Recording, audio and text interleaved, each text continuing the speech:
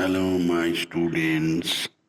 Today I'm giving you a sum of class 9.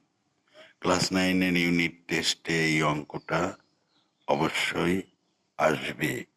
তোমরা সবাই ভালো করে প্র্যাকটিস করো অঙ্কটাকে। দেখো দেওয়া ছিল x+z = 2y। আমরা কি করেছি, 2y-কে ভেঙে নিয়েছি y+y। একটা y এই পাশে নিয়ে এসছি, তাহলে x - y সমান y - z। Left hand side start, a y - z, b z - x, c x - y। এবার এর মাথায় y - z আছে, y - z এর বাঁ দিকে দেখো x - y আছে। আমি ওই x - y-টা মানটা বসিয়ে দিলাম, into B Z minus X into C X minus Y. দেখো দুটোরই পাওয়ার সেম, একই পাওয়ার, তাহলে আমরা একবারে গুণ করে দিতে পারি। AC power X minus Y into বির পাওয়ার জেড মাইনাস এক্স।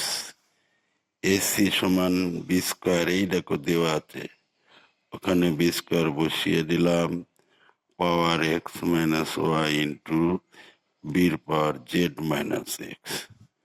দেখো স্টুডেন্টস, 2 দিয়ে এই পাওয়ারটাকে গুণ করে দাও, তাহলে 2x মাইনাস 2y ইন্টু বির পাওয়ার জেড মাইনাস এক্স।